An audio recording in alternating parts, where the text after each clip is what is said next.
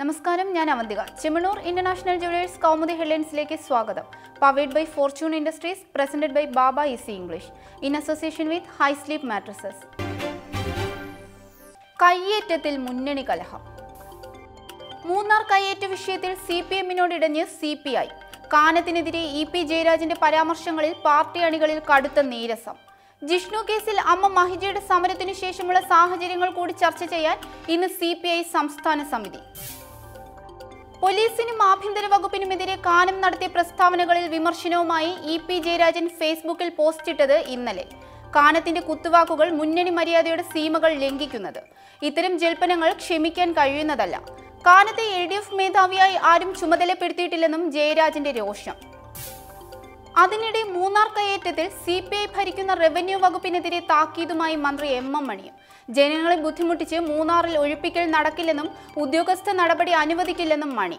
ഒരു വകുപ്പും CPM ആർക്കും തീരെഴുതിയിട്ടില്ലെന്ന് മണിയുടെ മുന്നറിയിപ്പ്. ജിഷ്ണുവിന്റെ അമ്മ മഹിജയുടെ നിരാഹാരം ഒത്തുതീർക്കാൻ വഴി തുറന്നത് CPI-യോ കാനമോ അല്ലെന്ന് പിണറായി പറഞ്ഞത് കഴിഞ്ഞ ദിവസം.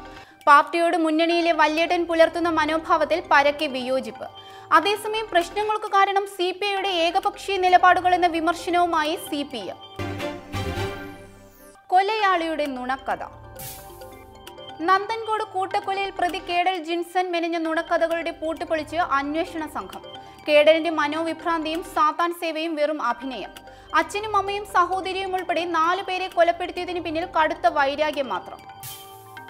കൂട്ടക്കൊലയ്ക്ക് മനസ്സൊരുക്കാൻ പ്രതി പൈശാചിക കൃത്യങ്ങളുടെ വീഡിയോ കണ്ടിരുന്നതായി കണ്ടെത്തൽ. ഇന്റർനെറ്റിൽ നിന്ന് ഡൗൺലോഡ് ചെയ്ത് മൊബൈലിൽ പകർത്തിയ ക്രൂര ദൃശ്യങ്ങൾ പതിവായി കണ്ടെന്ന് കേഡലിന്റെ മൊഴി. അമ്മയെ കൊലപ്പെടുത്തിയതോടെ മനസ്സിന് ധൈര്യമായെന്നും പ്രതി.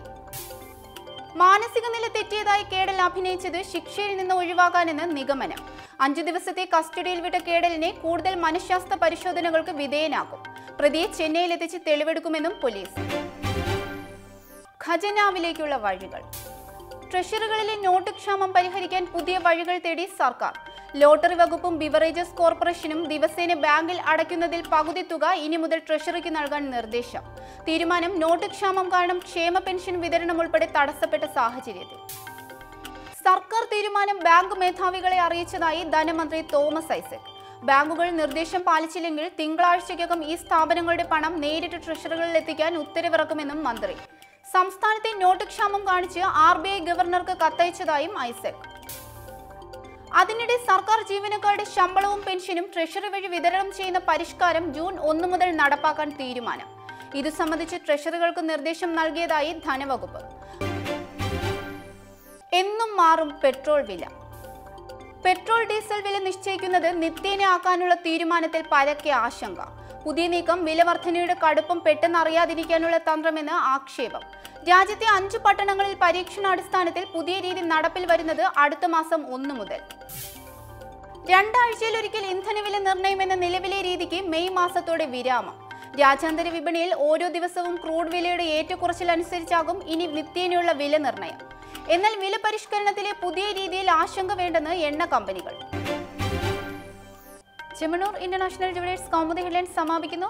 Powered by fortune industries, presented by Baba easy English, in association with high sleep mattresses. അടുത്ത ഹെഡ്ലൈൻസ് 1 മണിക്കൂറിന് ശേഷം. നമസ്കാരം.